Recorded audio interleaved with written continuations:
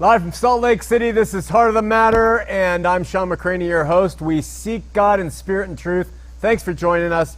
I have an opportunity every now and then to sit down with somebody who is not religious, is even maybe atheist, but they have some street cred. And tonight is an example of that. Seth and Wendy and I were able to sit down with Bill Allred there's a local station here in Salt Lake called 96X, and they do a program called Radio from Hell. It's 4 hours every morning during the week, and Bill and two other people are the voices of that talk program. And so the guy is articulate. He's got 40 years in radio experience. People who are locals in Utah, and a lot of people know who Bill Allred is.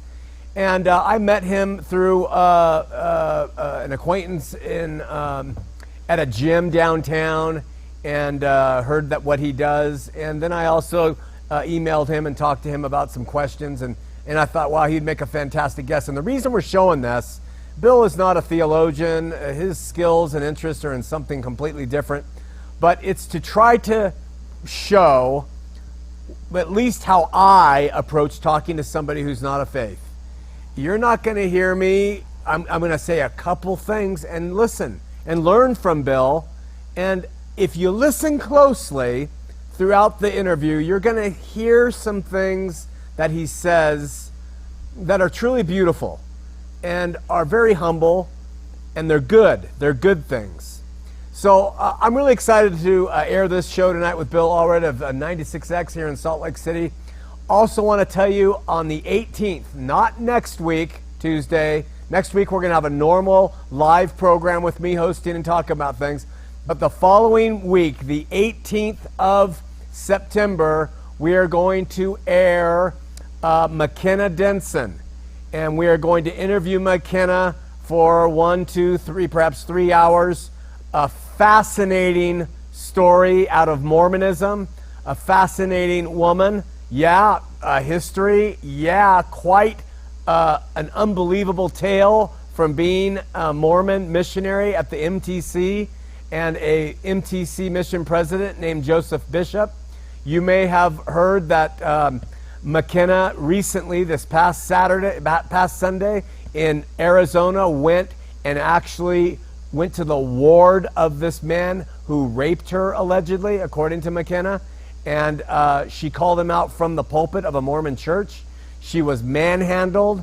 She's really stirring up Mike Norton of New Name Noah, who's been on the show, filmed it secretly. I just saw it, Derek just showed it to me. There's a moment where one of the members of the church puts their hand in front of the camera of one of Mike's cameras, I guess.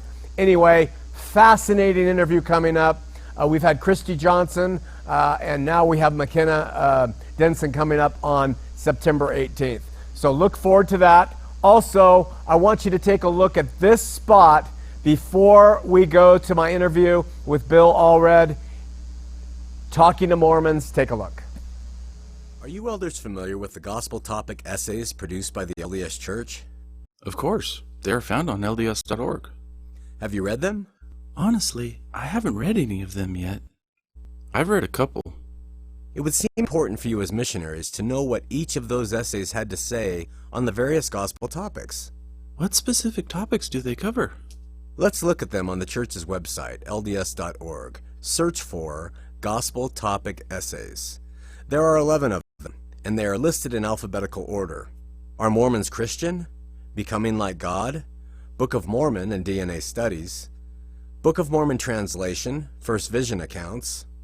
Joseph Smith's teaching about priesthood, temple, and women, Mother in Heaven, Peace and Violence Among 19th Century Latter-day Saints, Race and the Priesthood, Translation and Historicity of the Book of Abraham. When did the church produce these essays? Didn't they begin publishing them in 2013 through 2015? It was in response to what members were finding on the internet about history, doctrine, and practices of the church, because the first presidency was concerned that much of the information was coming from questionable and unreliable sources. They commissioned these essays to be written and made available on the church's own official website. So did our prophets and apostles write them? I highly doubt it. Probably written by LDS scholars. perhaps from the religious department at Brigham Young University. I think the reason the church came out with the essays at that time was because convert rates in the LDS Church had been declining greatly while a steady stream of members are leaving the faith. I'm not sure these essays are designed to restore people's faith as much as they are designed to lessen future disaffectations. With so much information readily available on the internet, the church is no longer able to hide its history and hopes to do damage control by reconciling the facts with what has been taught by church leaders in the past. So Chris, obviously you have been reading these essays. I have, and I would like to review some of them with you. Perhaps next time we could discuss the essay titled Mother in Heaven. Because if I have a mother in heaven, I should probably know something about her, don't you think? Hey, welcome. Really excited tonight. We have a special guest, celebrity of the local community. And those of you we have a lot of Utah viewers still, and those of you who don't live in Utah, we stream out to the world. You guys in Sweden and stuff, you're going to appreciate this guest because... I speak fluent Swedish. That's how you'll appreciate it. He's fluent in Swedish. No. Our guest is Bill Allred, and here in Utah, there's a very popular radio morning show, X96, and it's called Radio from Hell. I used to be involved with a guy, and he used to really hate that title. I used to laugh at him because he took it so seriously. Yeah, it's a stupid title. If we could have gotten rid of that title somewhere along the line, we would have. But it Really? became too. Yeah, we would have just called it the Carrie, Bill, and Gina show. Oh. But it became too ingrained and embedded into what we do, and so we couldn't get rid of it. He hated it for religious right reasons, which always cracked me up. No, you know where it came from was years ago. Richard Lewis, stand-up comedian, and he would always be talking about his girlfriend, my girlfriend from hell. You know, I have a job from hell, a boss from hell. And then at the same time, kind of Matt Groening, who does The Simpsons, he was doing a comic strip called Life in Hell. And so we just took it from that. The girlfriend from hell, the job from hell. So it's radio from hell. Awesome. And then years later, we're interviewing Richard Lewis, who's in our studio, and he said, I really should be suing you guys, you know. You stole that from me. You stole it? And I said, yes, we did. It's like, no. You can tell, and we're going to learn how many years that Bill has done this, and he does it Monday through Friday, and it's a 3 or 4 hour show. 4 hour. 4 hour, and he's nonstop. So I don't think we're going to be short of any type of commentary. He's a walking encyclopedia. He also has a podcast here. He's going to talk to you about that, and then we're going to get a little bit into. I sent him a text or sent him an email and said, hey, you know, can I categorize you as an atheist? And he sent me back a critique of that, in a sense. A materialist would be better, and something else. And so we'll talk about that too. But at first, want to hear, because we do this with every guest, Bill, where you came from, why you're here, where you're going. Tell us about your youth, religious upbringing, parents. You mean you want my life story, not do I have the answer to the question, why am I here? That's right. Why are we all here? Life story. Yeah, no, I don't know if I can answer that, but I can tell you that I was born in Ogden. Local. Yep. And I grew up in Ogden. Didn't really go many places besides Ogden until I got out of college. I mean, I think I went to California a couple of times, Disneyland. Mm-hmm. But I was, an Ogden boy. I went to Ben Lomond High School. Then I went right to Weber State College at that time, and studied theater. Only because I studied theater because, I enjoyed acting, and I acted in high school, and I liked it. And I kind of wanted to be an actor, and I thought, well, maybe I'll study acting in college, and that would be great, but it doesn't seem very practical. But I love English, and I love to read, so I'll get a degree in English and literature, and I'll become a professor and that kind of thing. I'll be teach people great literature and that sort of thing. And my senior year of high school, I got a letter in the mail. I don't know how they found me, the Weber State Theater Department. I don't recall that I even applied. they sent me a letter saying, we would like to offer you a scholarship to be in the theater department. I think probably my high school drama teacher had something to do with that. And I went, well, okay, if they're going to pay for my school, I'll go into the theater department. And that's where I stayed, and then I went from there. Then I left Ogden. And you know, when you're, throughout your years, like probably when you're starting out in maybe junior high, when you get to high school and you start learning and seeing the big world out there, you think, God, I want to get out of Ogden. I want to get out of here. It's a city, and I can always consider myself a city boy. I'm certainly no country kid. But I want to see the big world, the big cities. I want to get out of here. So after I graduated from Weber, I got accepted to Penn State University for their theater department to work in the Master of Fine Arts program, acting program. And so that's what I did. Wow. And my wife and I moved I'd gotten married way too young. My first wife, way too young. How old? I was, I think, 2 months shy of my 21st birthday. Wow. We were both still in school at Weber. And she was an actress and in the theater department. And so we moved to Pennsylvania to go to Penn State. I went to Penn State. She worked. And I was there for 3 years. And then decided I was going to try and be an actor. And I mean, that's really what I wanted to do. Wow. And every summer, I'd go do regional theater stuff. And then when I left Penn State, I tried to act professionally for a few years. Wow.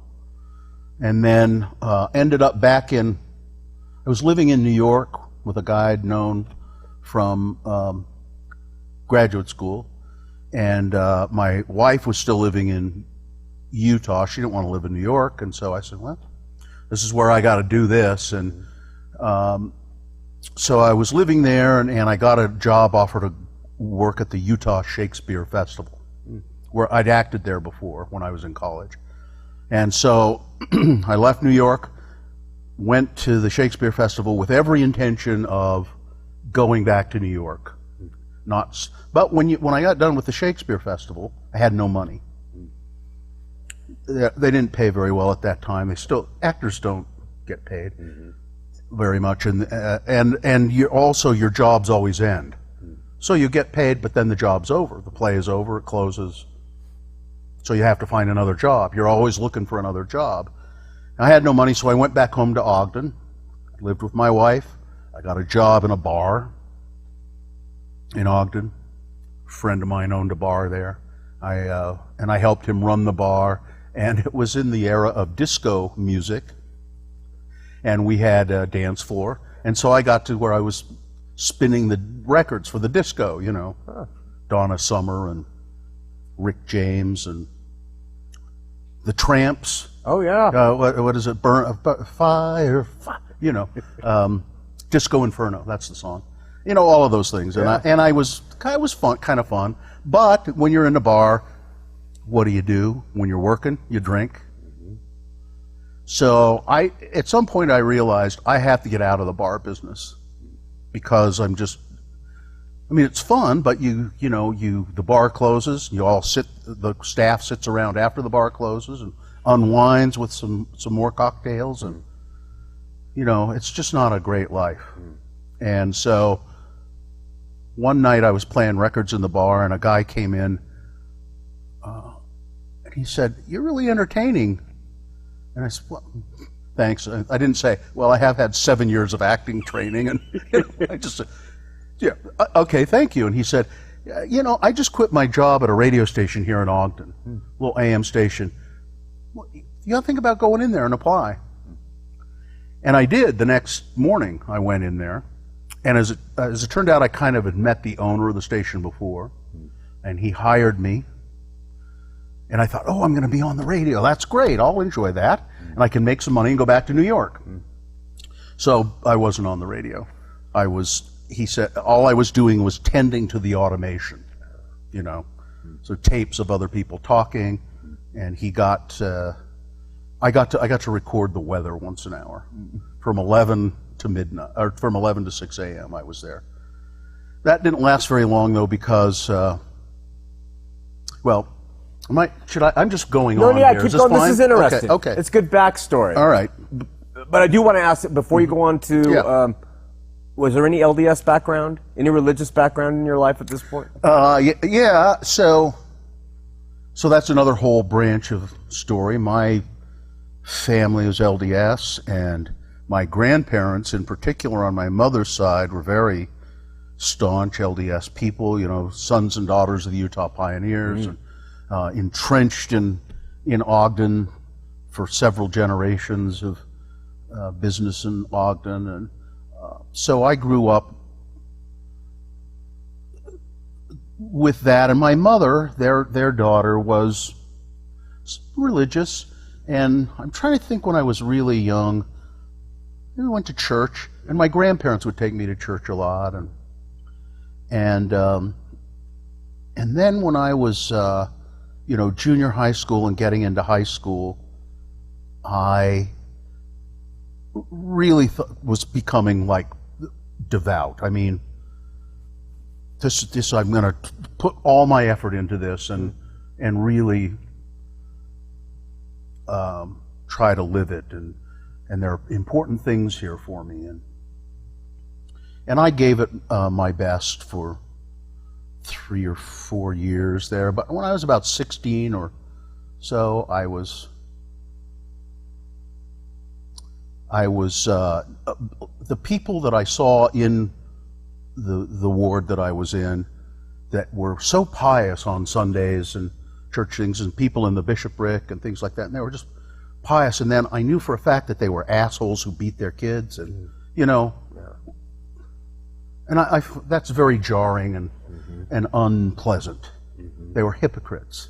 They were just awful hypocrites.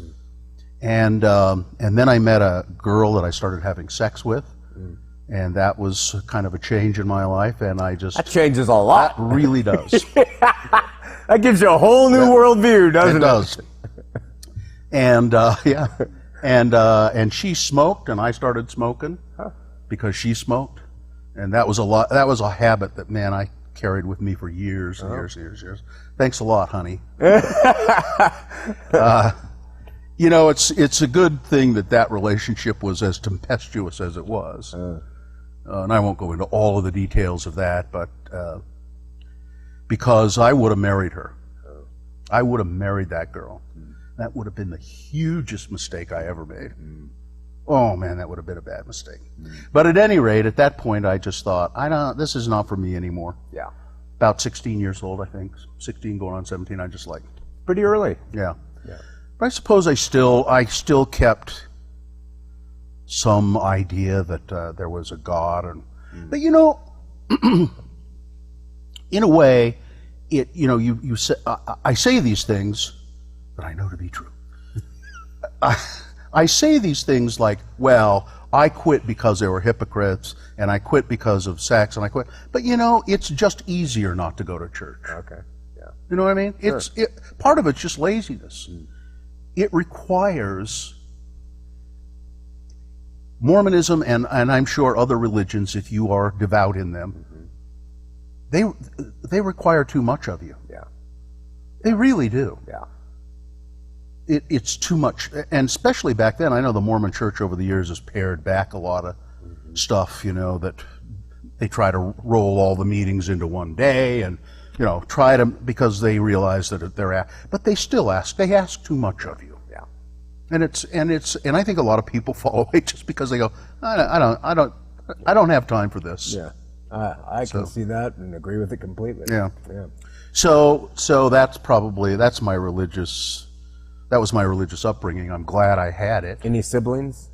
Yeah, I have. I'm the oldest. My brother Scott is 2 years younger than I am, and really different from me in terms of political philosophy and things like that. And then my brother Noel ended his life by suicide about 10 years ago. And then I have a sister, my little sister Penny, who's now, I don't know how old Penny is, in her 50s.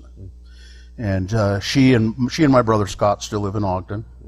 My parents are both or all of my parents are dead. Not both, they're all.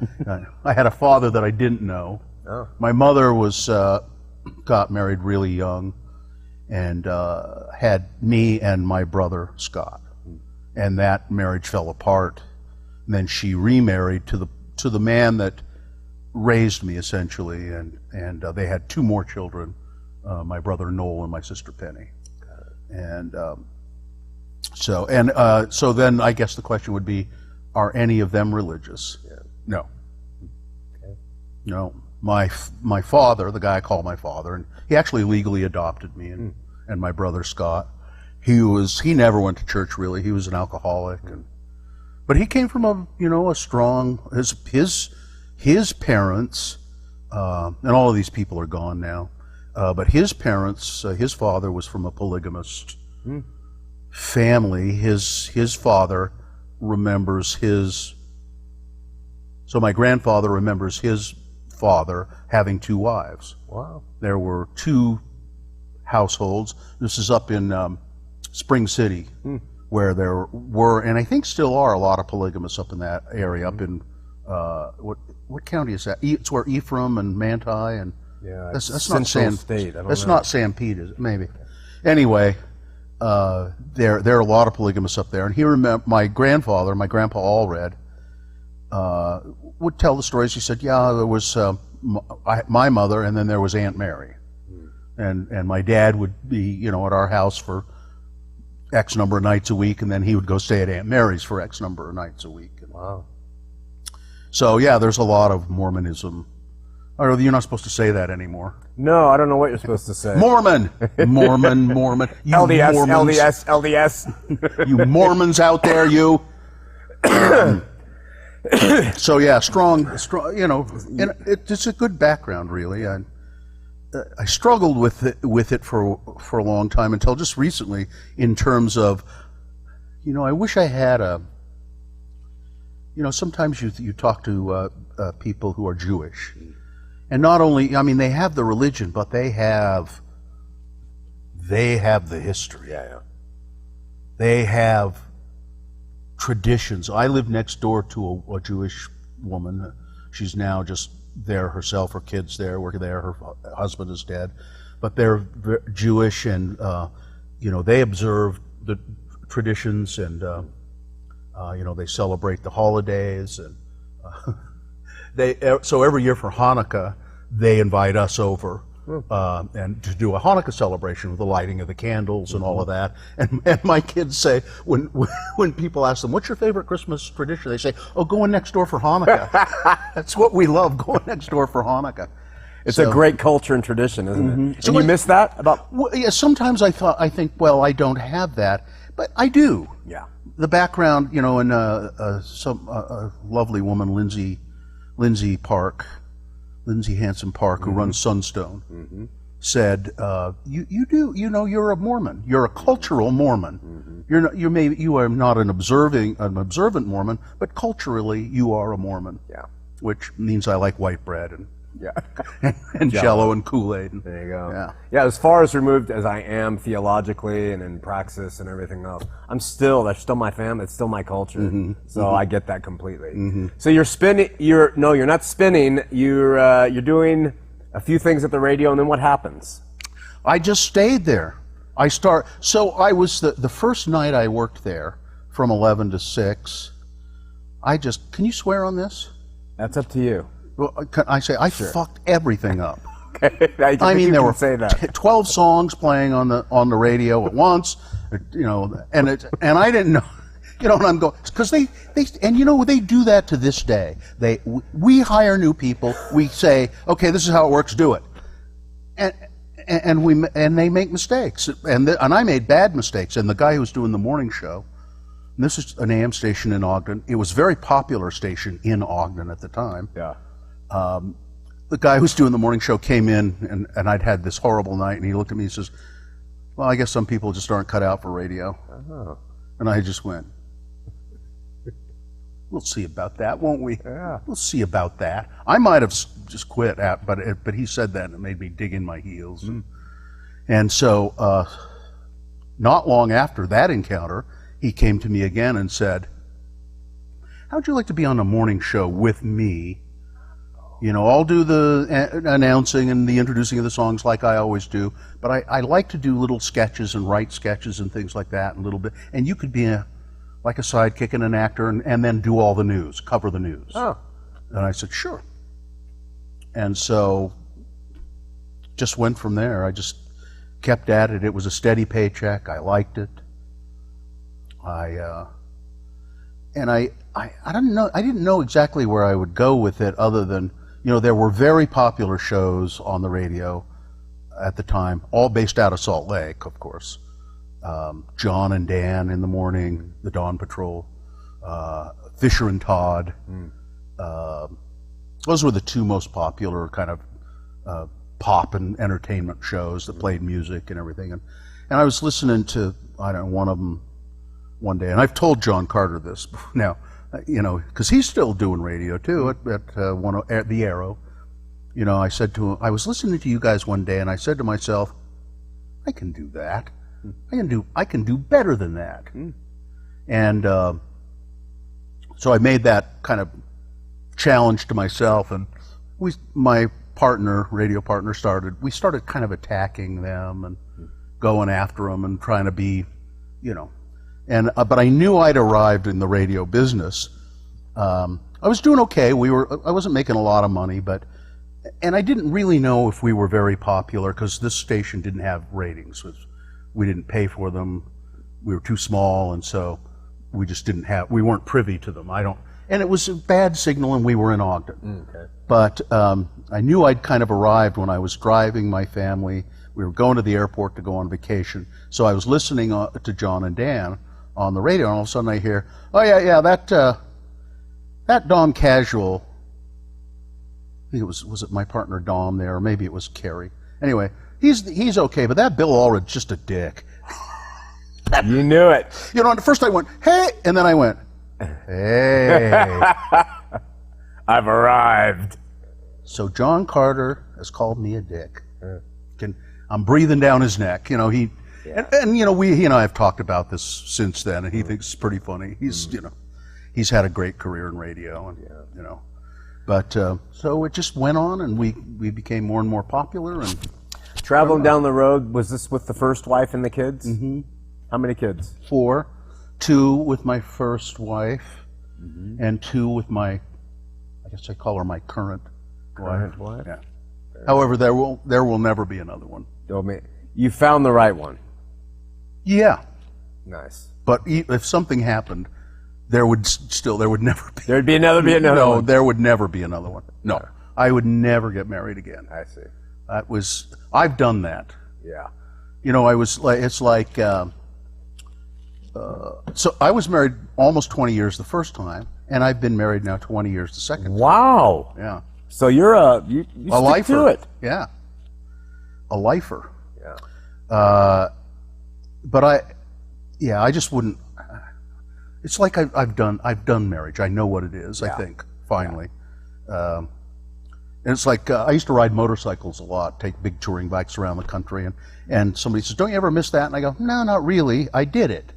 Yeah. You know, I've done that. That's part of my life I've done. I don't really need to do that again." Yeah. We're similar in that way. Yeah. The things you do, you really do it. You don't need to do it. Yeah, and I really love doing it, but I don't need to do it anymore. Yeah. Makes sense. Yeah. So, how many years on radio to this date? 19. So I started doing that overnight thing where I was just screwing up the tapes. Yeah. Started in 1970. Wow. So how many years is that? It's 48. 40. Is that 48 years? I That's think it is. amazing. I think, isn't it? Yeah. 70. Is that right? That's 30, 48 years. Is that right? Get the calculator out. Yeah, that is just remarkable. Wow. And how many people you've reached? And I would imagine that your acting skills, 7 years of acting training, came into play, has come into play. It's great. It's like because we, especially for since 2011, we stopped playing music on the morning show. So it's nothing but talk and news and farting around, and you know, some of it's serious and some of it's playful and it's I think of it as sort of entertainment radio. It's not a hardline talk show. It's just, you know, it's meant to be entertaining for the most part. But it's like doing a little show every day, a little play every day, and it's a long form play. You know, since 2011, we've been doing that. We have 3 of us now. There's Kerry, my partner. He and I have been partners since 1986. We had a little break because the station split up, and a bunch of us went and started X96. We had come from this radio station that was based out of Ogden, where I was, KJQ, and that grew quite big, but then there were a lot of legal problems and staff problems, and not really worth going into the details of that. And so a bunch of people left KJQ and started X96, and Kerry, who was my partner, for reasons, again, which aren't important, stayed there. And I had a new partner for a couple of years at X96. Dom Casual was his name. But he decided he was going to go off and pursue bigger things, and we're looking, who are we going to get to replace Dom with you, Bill, on the morning show? And I said, now Kerry by this time was doing mornings on KZHT, solo morning show. And I said, Kerry, we were together since 86. It's now 96 or 7 or whatever it was. But people still remember us being together, and we work well together, although we hate each other a lot of times, but we work well together on the radio. And when I say we hate each other, it's not, you know, we're fine. But you know, you get into little tiffs, but part of the success is you keep the band together. You know, a lot of rock bands they're great, they're talented, but the reason they don't make it is because squabbles, and you know, he's sleeping with that bandmate's girlfriend, and you know, and they're always together, and they party together, and the band breaks up. You know, and but we've managed to keep the band together. And then we added Gina Barberi to the show. She's the new person, and she's been there for 20 years, or, you know, amazing. 16 years or something like that. So, is it a collaborative effort? Very much. I was going to say the way we keep it together is that we don't socialize with each other. Really. I mean, occasionally we do, but it's not like we're best friends. We get done with the show, we do whatever we have to do afterwards, and then we go home we have very different lives, all 3 of us. They don't intersect very often. Sometimes they do, but occasionally we've gone on, like we'll go on a work trip or something, and some wives will come along and that kind of thing. But for the most part, we don't. Fascinating. Yeah, and I think that's been really, and it keeps the show fresh too, because we're not talking about doing the same things all the time. We can all bring some fresh stuff to the show because we have other lives. So, vital. Yeah. You know, years ago, I worked about 6 years on the beach in Huntington Beach as a beach ocean lifeguard, and the way that we would describe that as long stretches of tedious boredom punctuated by moments of absolute terror. Yeah, I would imagine. How would you summarize radio? If you could kind of think about it, all your years in it, doing radio, how do you explain to someone like me, this is what radio is like? That's a pretty hard question. Is it? I guess it's like, because I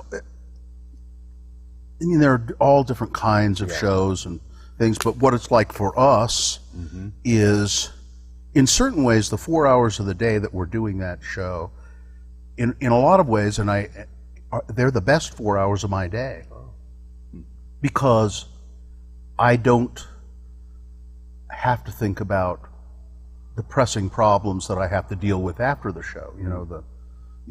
The sick kids at home, or how are we going to pay this bill, or my mother-in-law is really ill, or at the time, my mother was very ill and my mother's dying, or my brother took his own life, and we don't.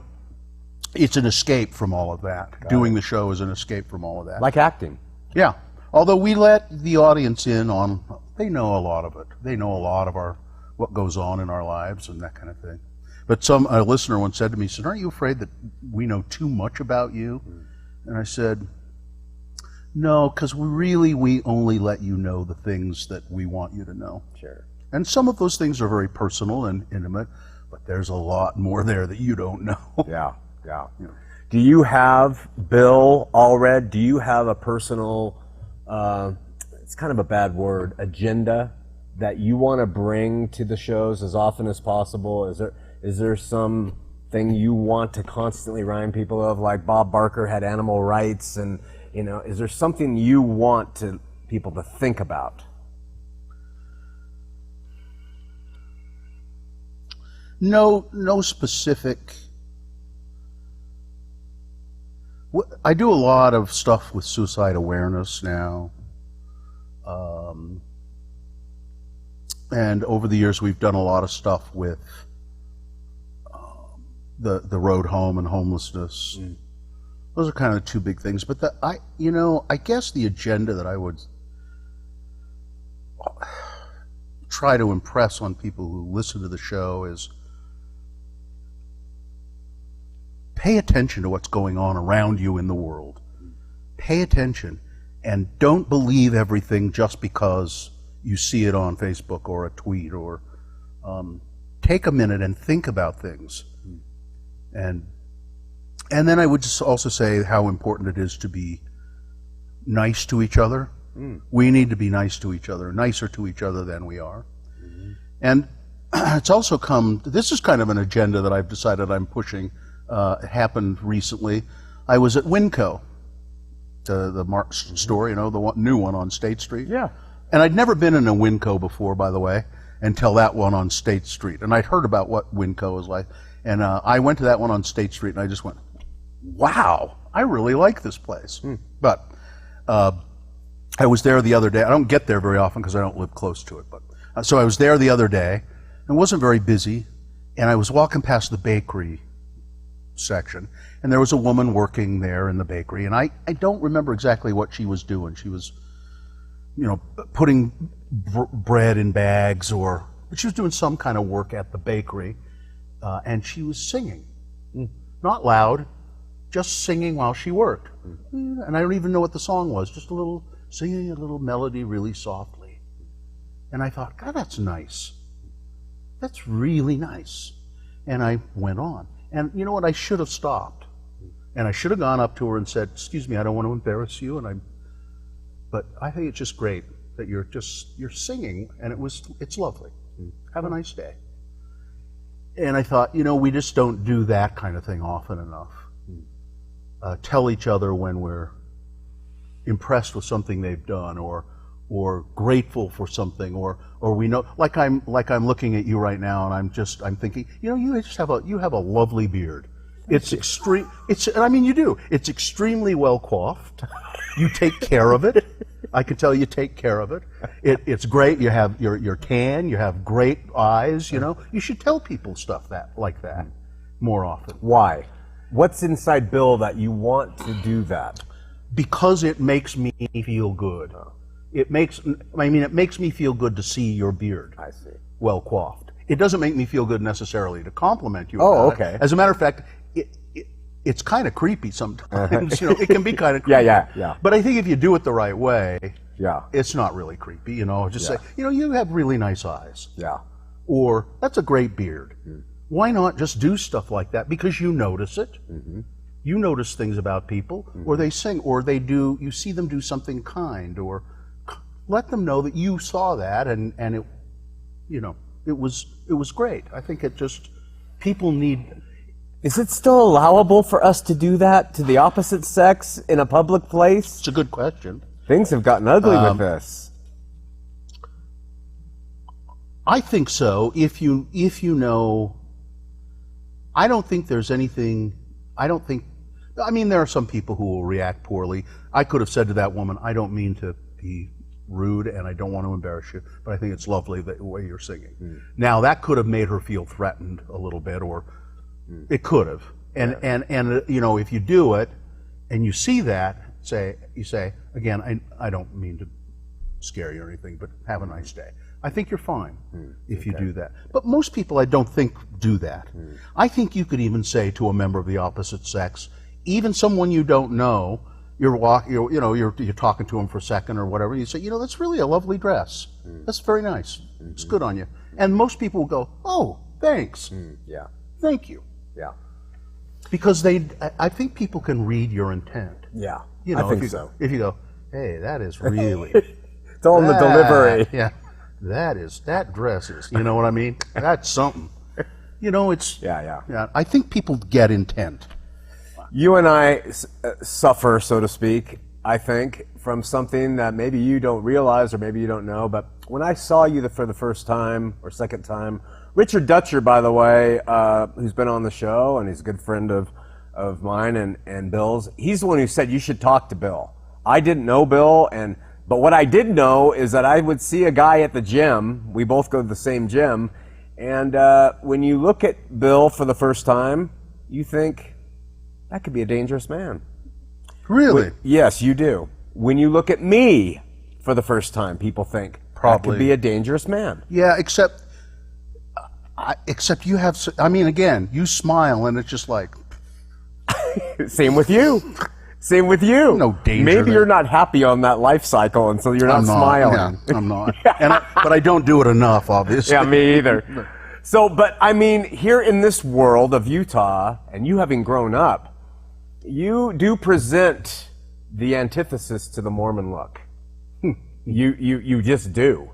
And I do too, and I do it, and there's a price for that sort of socially. Maybe not for you, but there is to me. I sense it all the time.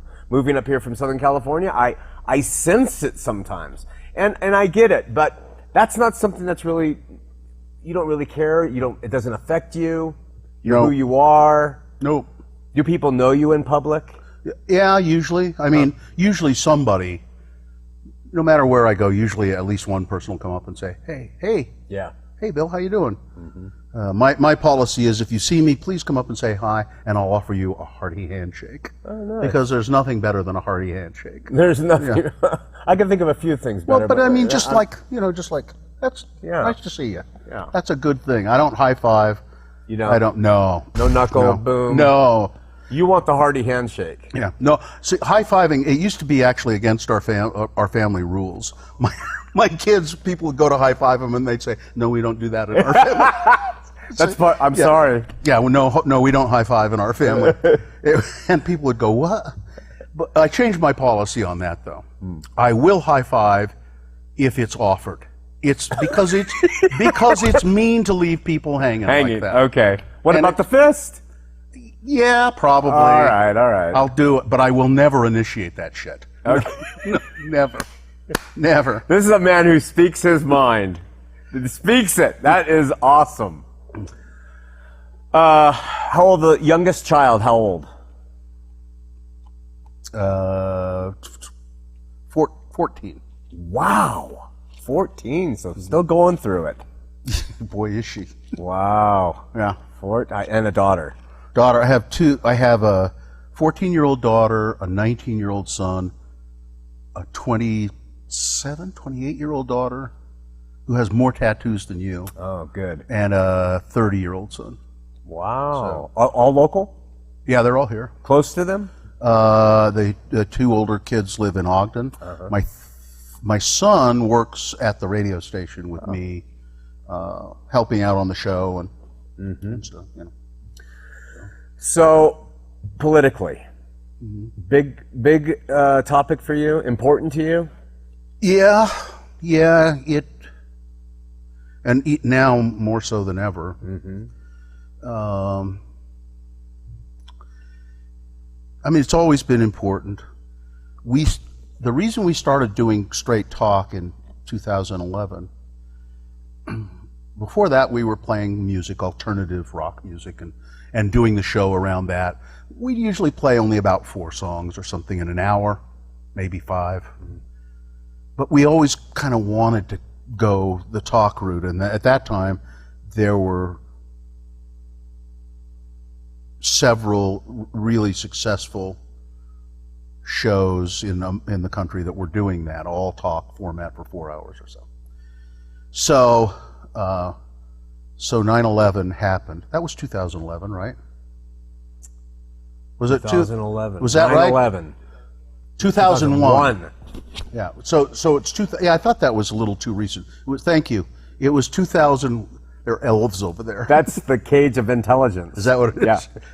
So the cage of intelligence. Yeah. It's so intelligent we have to cage it up. We do. Thank you. 2001. Yeah.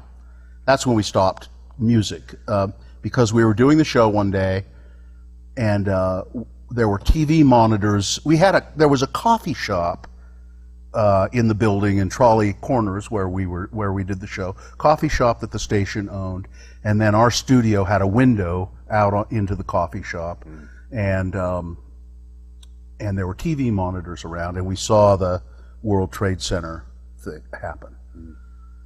And of course, we start talking about it on the air and trying to piece it together. And then all of a sudden, we notice people start coming into the coffee shop. More and more and more and more. And they were there because they were listening to us talk about this event. And there were TV monitors. We said, we're watching. And it was like all of a sudden there was this community gathering.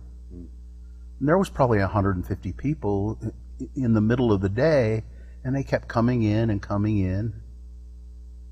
It was the strangest thing. And we were supposed to go off the air at 10, and one of our program directors or managers came and said, stay on the air for a little while longer. Just keep it going.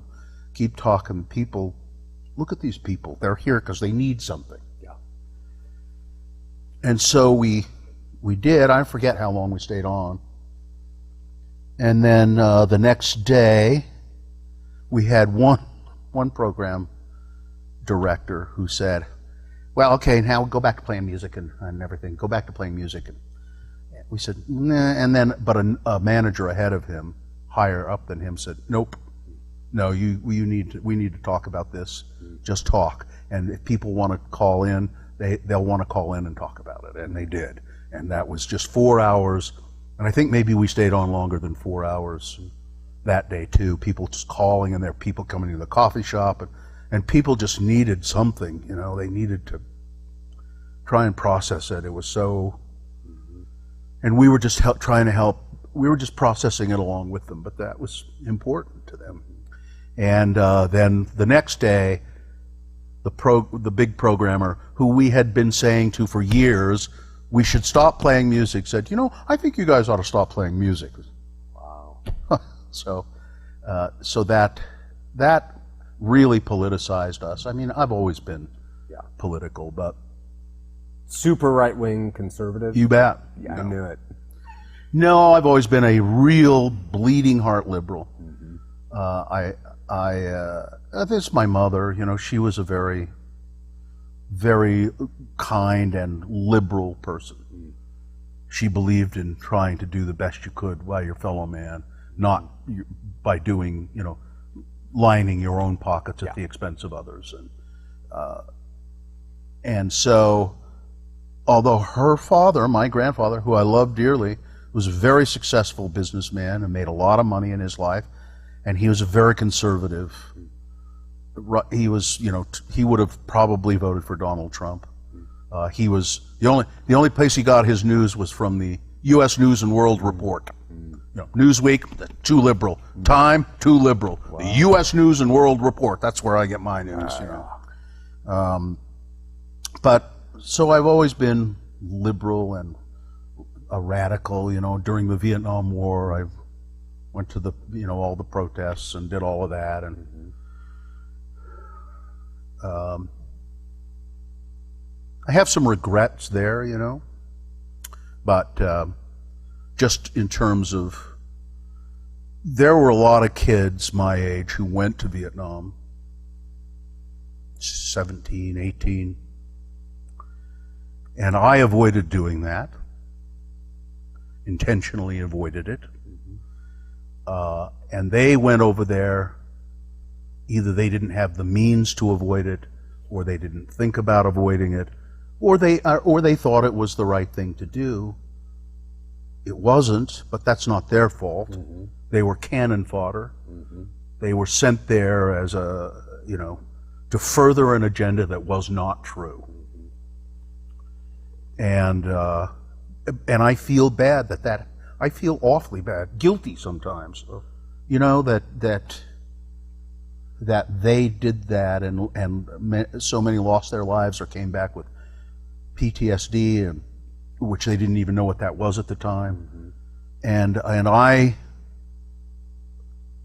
I didn't.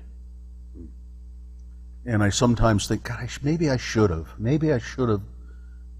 gone. And my wife says to me, no, you shouldn't have. You did the right thing. It wasn't the right. It was not the right war to be fighting. So I've been politically liberal like that all my life. I think it's gotten worse though. If stronger recently. And I really would consider myself.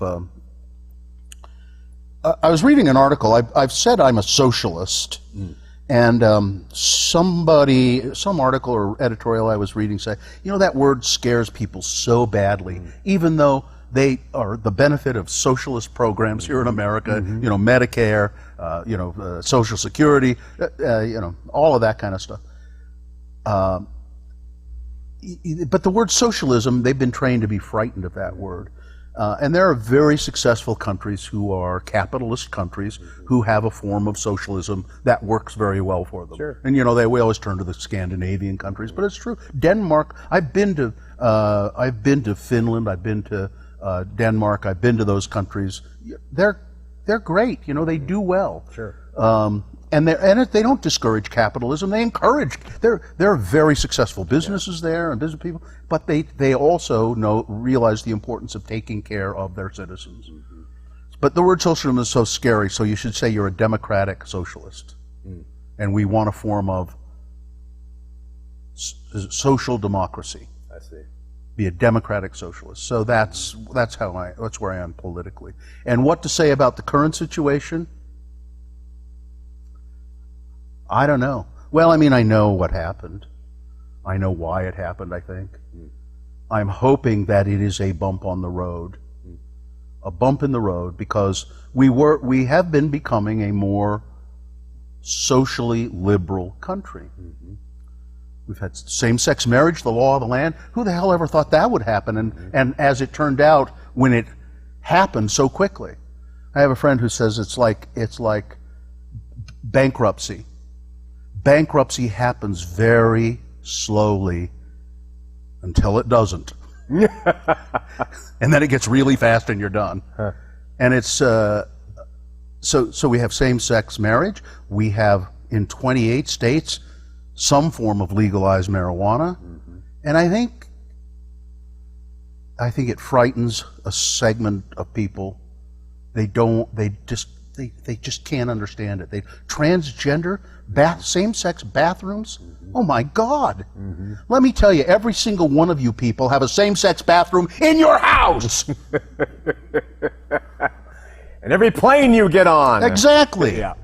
It's I've used same-sex bathrooms on many occasions and never had a problem with it. Now they say it's going to be guys wanting to go into the girls' bathroom, so they'll pretend they're transgender. No. Yeah. It's if it ever happened or happens, it's like 0.0000.1% of the. Yeah. Was that good math there? They're calculating. Yeah. It's not. A lot of fear. I was at the fair, the state fair here in Salt Lake, and the men's bathroom was just jammed. It was so full, and there were women standing in line outside the women's because they have other needs, and it's a little more difficult for them to. You've seen sure. Like you go to the basketball game and oh yeah, and there's a big line at the women's restroom, and the men can kind of breeze in and out. So we're all standing there at urinals, or I think maybe they have those trough things out there, which I actually like those. But the trough, yeah. Have you ever seen the circular trough? Yes. Those are terrifying to me. Yeah, I don't care for that Yeah. too much. I don't really want to look at another guy's Right, junk. right. I'm not. Yeah, I'm not. In Amsterdam, and I saw that they just did this in Paris too. There are some outdoor bathrooms. It's just. I mean, there's just barely a little partition, and you go in there and go to the bathroom, and it's kind of odd, but. Anyway, this back to the fair. So there are all these guys standing there, and we hear this, "Yoo-hoo! I'm coming in. I can't hold it. I can't wait." And this woman came into the bathroom, and there was a stall open. Wow! And I just thought, I think I said, "More power to you, ma'am," over my shoulder. It's just not a big deal. Right. So you can see that I'm pretty liberal. I see. Yeah. Pretty liberal. If we're segue now. Okay. If there was a God, would he love Bill Allred? I don't know. What do you think? It seems like a trick question. It's not. It's not a You're trick trying to question. trap me, aren't you? I am not. Everyone thinks I want to trap them when they come on here and I throw out. It is not a trap. I want to just know if you were allowed yourself the concept of an omnipotent God. Okay, here's the answer to that. Okay. If there were a God, Yeah. If. he would be so much more concerned with other things. He would not have time for me. Really? He wouldn't have time to. I would be a fly speck on the windshield of the universe. Really? He doesn't have time to mess around. Whether Bill Allred's been a good guy or a bad guy. Do I like Bill Allred? I don't. Please. I've got other things to attend to. Well, I've got famines to start and plagues and. You have 4 children and you love them. That's all I'm saying. He created you. If the God of the Judeo-Christian ethic existed, I'm just wondering if you allowed yourself that idea, would you think that, like any other father or creator, he would love Bill Allred? Or you just don't? You just think he would be too so hard. Well, and it's just too hard for me to entertain because I don't believe there's some right. patriarchal figure up in the sky watching over us all and making note of what we do and don't do. If there ever was a God, he's long since left. He's abandoned us and gone somewhere else. You really think he did that? Like Nietzsche said. Yeah. If there ever was a God, he checked out a long time ago. He just went, you know what? This didn't work out too well. I'm going to go start something else. We call that the departing God theory. He left. There is a God. He took off. Yeah, he took off. He said, "This is not working the way I wanted it to. I'll try it somewhere else." Way behind on child support. Yeah. Oh boy. Yeah. No, but I don't. Yeah. When did you come to? Let's just talk about this because this is interesting to me. Because this is what we're about. When did you come to the realization? Did it coincide with when you learned to have sex? No. No. For a long time, I said I was agnostic. Okay. But I think that's cheating. That's cheating. That's being that's equivocating. I love your honesty, by the way. I love how straightforward you are. I really do. Is there something you need? I'm looking for my water, and I It was right there. I think our intelligence cage moved it. I think it's right there by your foot. It's right there. Oh, there it is. So I knew it was right there. For a long time I said, well, I'm agnostic. There must be a higher power out there. So at first I said, I just don't know. Well, that's a cop out. Yeah. Shit or get off the pot when it comes to it. Okay. Just be it or don't do it. So then I said, well, I'm not agnostic, I'm atheist. And my kids, if you ask them, my 2 younger kids in particular, I think they say, no, we're atheists. We're atheists. Although my daughter would probably say, I don't know. Oh. Yeah. Well, my son would go, no, I'm an atheist. My 19-year-old. So I guess at some point, I do remember an incident where I was with a theater company in Florida, and we were touring all over the state doing plays for kids, children's plays. And I went into a shop that sold all of these seashells. People these remarkable seashells. You could go in there and buy shells of all different kinds. Beautiful, intricate things that just, you think, man, these are just so beautiful and so intricate, and the colors and the construction of them. And I remember somebody who worked in the shop saying, a lot of these came from the depths of the ocean where nobody ever sees them. They're just, and I thought, well, that's really amazing and weird that these beautiful creations are at the bottom of the sea where nobody observes them. All of that beauty. And then I think the person said, and it's wonderful that we can bring them to the surface so that we can see God's creation. So you think that God created these beautiful shells so that we could see them at some point for our enjoyment and beauty? No, man, they're just down there. They're down there at the bottom of the sea. They're not there and coming up at God. I think I'm glad I can see them. They're beautiful, but I don't think there's any design to that. It's the wonders of. And then I started thinking about astronomy and the wonders of the universe and how vast the universe is. And I thought, it's sacrilegious to say that there's some guy with a beautiful beard created all of this, and on the seventh day he rested. This is so vast. Trying to boil it down into something that we can understand is irreligious or sacrilegious. It is unknowable. So that's kind of the philosophy I've come to over the years. And it's not that I don't believe we shouldn't study things in an attempt to understand them, philosophize about things to try and come to some. I think we need to come to knowledge of self with all of that, and to help us understand our surroundings. But I think ultimately it's unknowable. But that's what we do as human beings.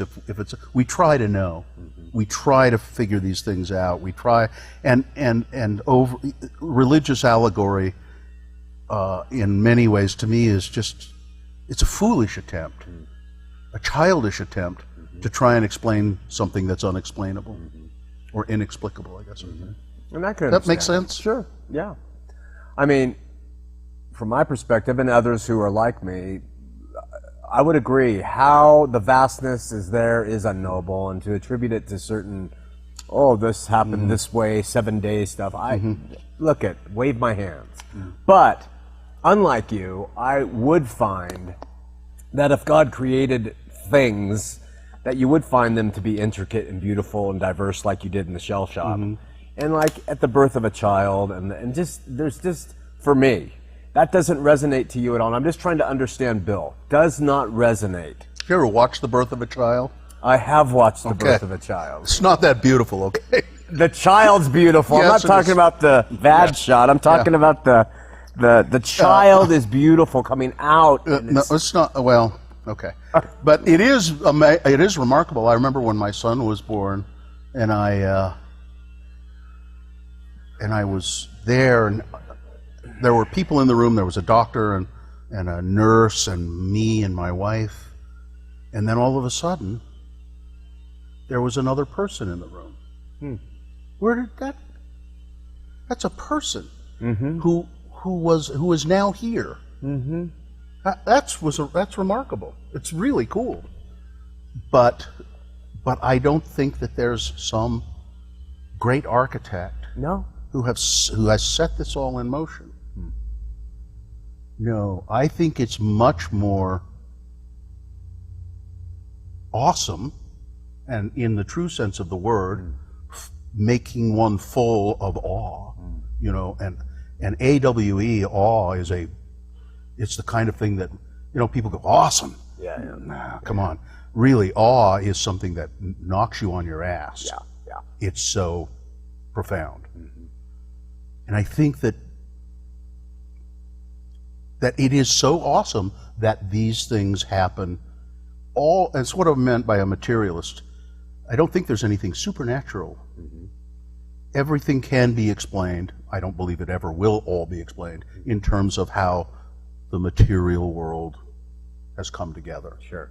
There is a scientific explanation for everything. Material origin. Yeah. No metaphysical. No metaphysical, no supernatural. And that, it was a long time before I came to that. Yeah. Because I kept thinking, well, I don't believe there's a God, but there's some force out there. And I guess I sort of still believe that, but it's not a thing, it's not a person, it's not a person, it's unknowable. Okay. You've used unknowable several times, which is, in the Greek is gnoskos, and it just, without knowledge, and that is really agnosticism. That word you think is more cheap. Because atheism says, I know there is no God. And so I really wonder, and I'm not pushing you in any corner, but I really do wonder, are you truly someone told me there's no such thing as atheists. I said, shut up. They tell me they're atheists. If they say it, they believe it, they are. But do you see that an atheist says, I know there is no God, versus an agnosticist says, I don't know, I don't care, I know there is, as much as I can know anything, I do not believe there is a God. Okay. I think when I die, I am dead. I'm food for worms.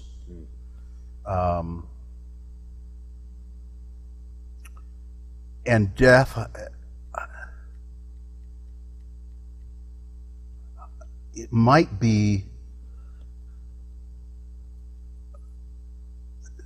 when you die, the self, I think it's the thing that is the self, me, Bill Allred, stops.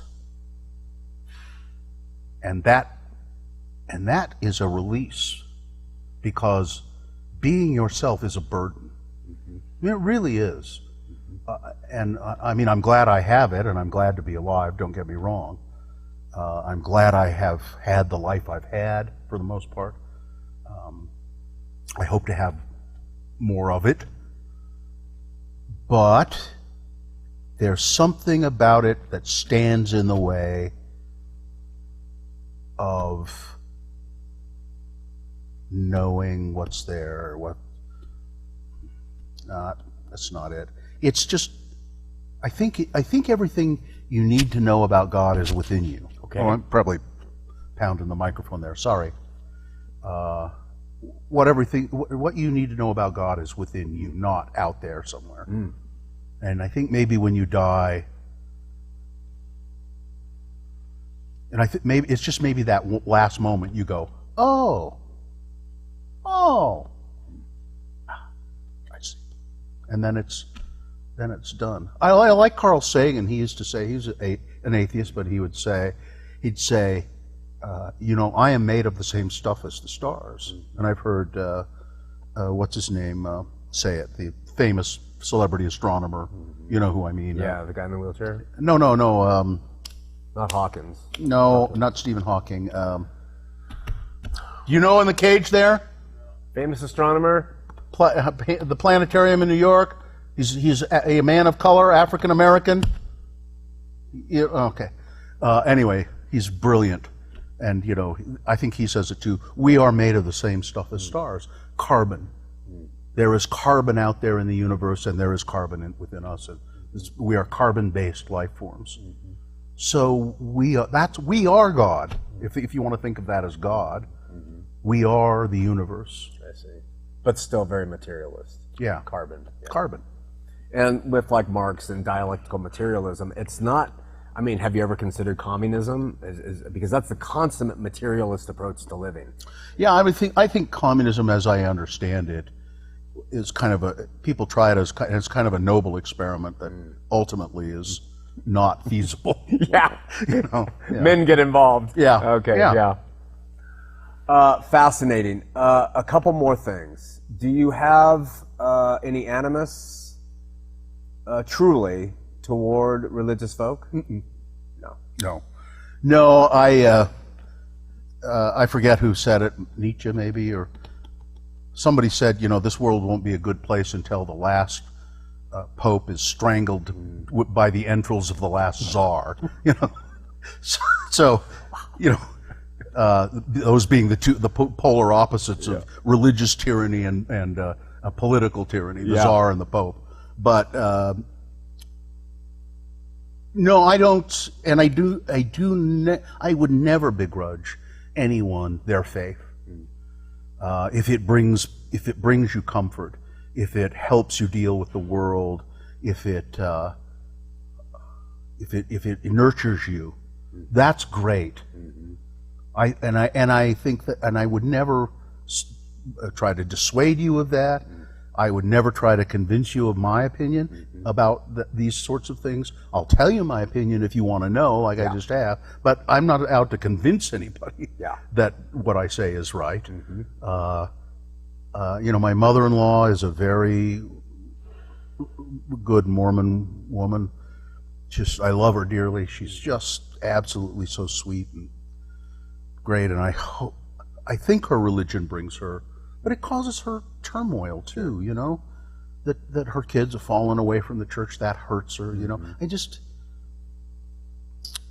that makes me feel bad, that the religion imposes that on you, that it makes you feel guilty, or not, you somehow haven't been a good enough person, or those children would have stayed with the religion. That just makes me feel so bad, So if your religion gives you comfort, I'm looking around at all these religious symbols in here, and quasi-religious symbols. I kind of like them, and I recognize their significance and their power, and they must have great meaning to you, and that's terrific. Right. I would never, unless your religion is trying to hurt me or someone else.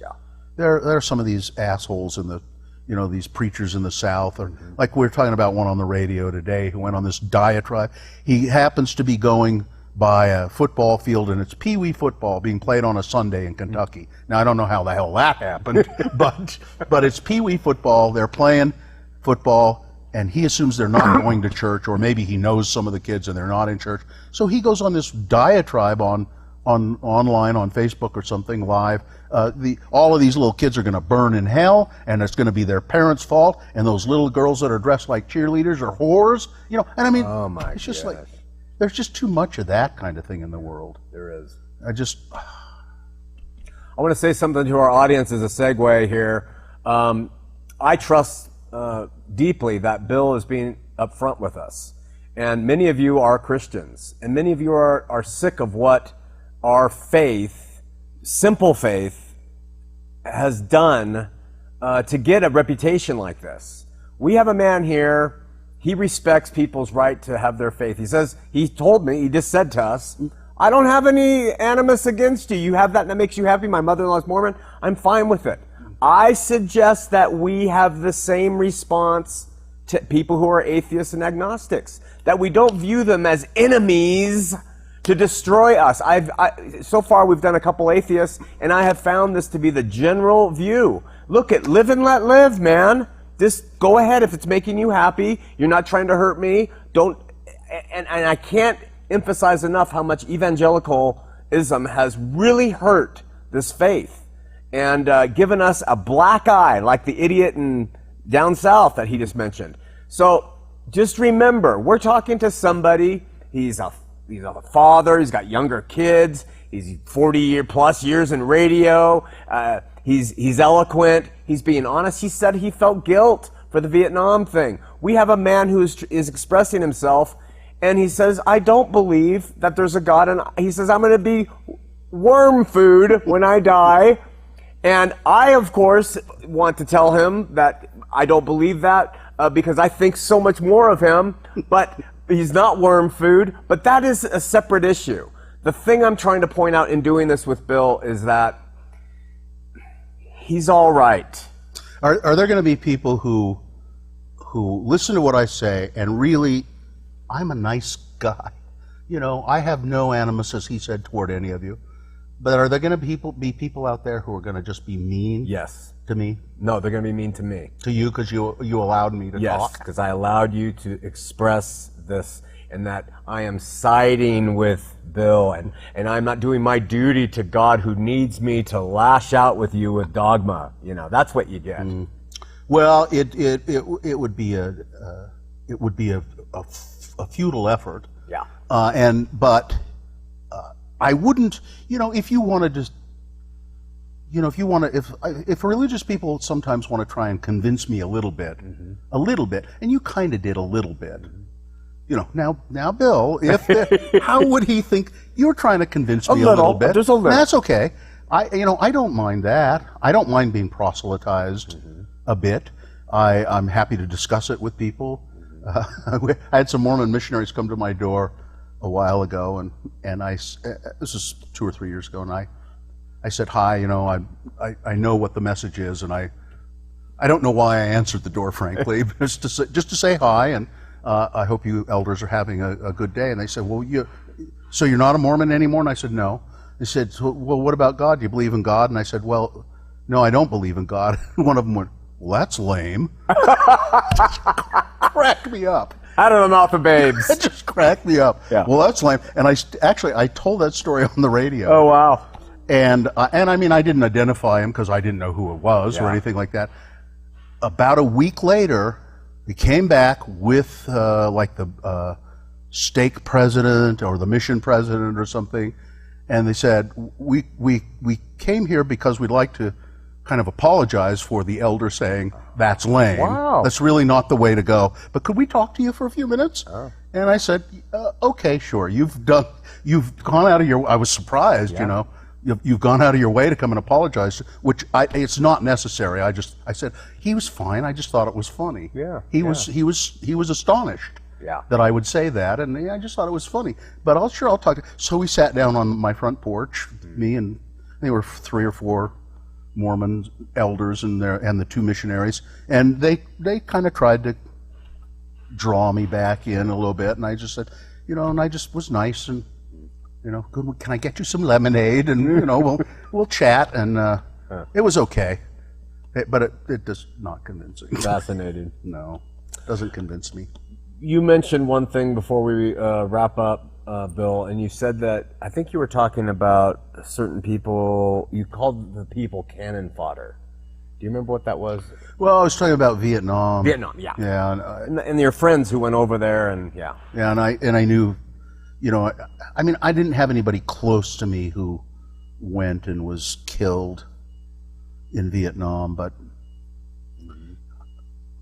it was just such a waste. Yeah. I mean, if you're asking what I mean by that. No, it just made me think of something. And along the line, my father-in-law, now deceased, was a full bird colonel. Oh, he lived it like a full bird colonel would. But he said, and he went to Vietnam 3 times, he said if that war came up now and I knew what I knew, I wouldn't go. So, I mean, even a full bird colonel would say that. And you were saying it at that time, so I think your wife was right. But the idea of cannon fodder, to me, it seems like those Mormon missionaries, they're cannon fodder for the agenda. They don't know. They're full of zeal. They believe it. They're going to do their time. And it's not just them. It's the religious folk of every walk. Well, the Jehovah's Witnesses yes, who come around. All of it. And they just don't know the truth. That's what you said about they were cannon fodder. They didn't know the truth of the war. And I'm not sure how many people really know the truth of a lot of stuff they get behind and wave the flag. Yeah, it's interesting. I was talking about this very thing with Mormon missionaries the other day. I was talking to somebody about it. And it's I don't know what the statistics are, but how many kids come back from their missions and quit the church. Yeah. It's pretty interesting. And I wonder, and I don't know, the LDS Church, I'm sure, recognizes this as a problem. And I don't know, they must have ways that they are trying to deal with it. But I don't know. I don't either. And if they don't, I don't know why. Why aren't they trying to deal with it? Other than maybe they just think, well, there's enough. Maybe if they quit, we can just throw more out there. Maybe that's, I don't know. I was thinking that was kind of cannon fodder. I was thinking along the same lines. Yeah. But, you know, I by no means, I was a little afraid when I came on this show because I didn't know too much about you. I didn't want any of this to be like Mormon bashing or anything like that. Or I don't do that LDS anymore. anymore. I'm through that. I think I saw some stuff that you had done that. Yeah, I used to do that a lot. Yeah. No more. And it's just, I have, again, no animus. I like that word a lot. Yeah. No animus toward the Mormon Church. If it gives people comfort and strength. And the Mormon Church does a lot of great charitable things in the world, you know, going to the assistance of flood victims and things like that. And I think in most cases their intentions are good. Well, I won't. Sometimes maybe they're stupid in some decisions. At North Temple, from the top, maybe just a little bit. Yeah, they kind of like think this through a little bit more. The stuff that they're doing, trying to step into opposing medical marijuana. Infuriating. Well, but they're doing it in a way that they know. If I understand it correctly, and I don't know, maybe you want to end this. But the Mormon Church has said, well, we believe that medical marijuana could have a place. We're not against that specifically, but we want it to be done, we think it should be done in this way to be carefully regulated. It should be dispensed from a pharmacy. Well, that's not possible. It has to be dispensed from what they call a clinic because if a pharmacy tries to dispense marijuana, they're federally licensed, and the feds would immediately come in and take their license because marijuana is against the law. And the same thing for doctors, and then the LDS churches. We need to have doctors write prescriptions. Again, no. In other states, they sell the marijuana out of a dispensary, not a pharmacy, and doctors don't write prescriptions for it. They write a suggestion. Because if they wrote a prescription, again, the feds would come in and say, they could probably take their medical license. Probably. And they would. So that's how they've gotten, and the LDS Church, I know that's been pointed out to them, that those two conditions you have put on it will make it impossible. Yeah. They're just hoping people vote against it. Yeah. Which I resent, personally. Yeah, I resent it. I resent the email. That's what I resent. Yeah. Yeah, and I understand their fear. I understand Trump supporters' fear. The world has spun out of control as far as they're concerned. I think we never kind of got around to that, talking about that. That's why Trump happened, because people are, wait a minute, same-sex marriage, bathrooms for, oh my God, what's going on here? Marijuana, the world is coming to an end. And I used to have a job and I don't. It's been phased out because society has changed. It's hard for those people. Yeah. They're scared and they're angry, and they voted for Trump. Interesting times.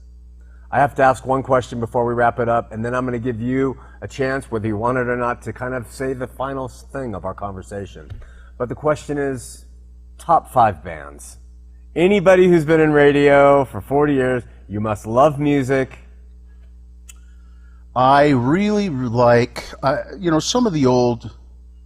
So I think the Beatles probably was, when I was a kid, that's the easy thing to say. Okay. And I liked the Beach Boys a lot, particularly after they developed a little bit and Brian Wilson really started doing some amazing things. And then Brian Wilson's comeback after being crazy for all those years, and he did an album when he came back called Smile. Yeah. Oh man, it's so good. Yeah. I was always a Rolling Stones fan as well. Okay. Who I've seen all these bands in concert, but of new bands, there's a band called the Arcade Fire. I've heard of them. Their latest song is, I don't know if the album's called the same thing, but their latest song is called Everything Now. I can't stop listening to it. Check it out. Everything Now by Arcade Fire. And that was probably 4 or 5. for any others linger?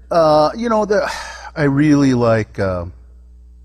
I like a lot of the punk bands and a lot of the. I don't know who's. You know, I mean, there was such great stuff. I mean, I like Depeche Mode, but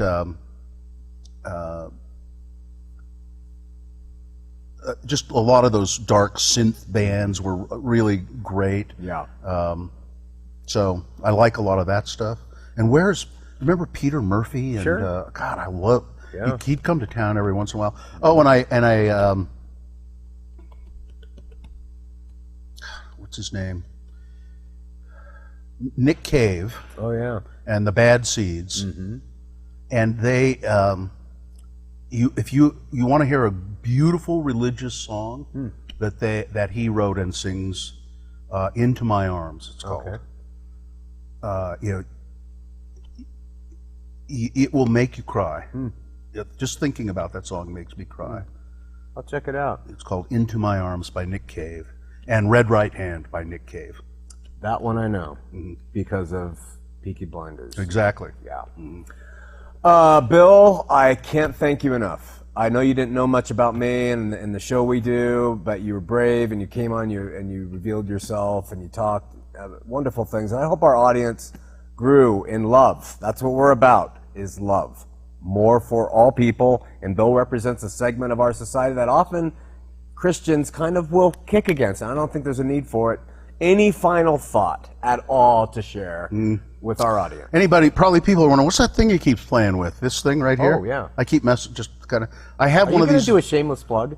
No, sort of, but I don't have any interest in this company or anything. But I discovered this, I don't know, a few years ago, and it's called a neti stick, like neti pot. Yeah. And I was looking for something to unplug my nose, and it's like an inhaler. But it's not addictive in any way or anything. But and I don't have a stuffed up nose, but I always carry one of these, and periodically I would just go.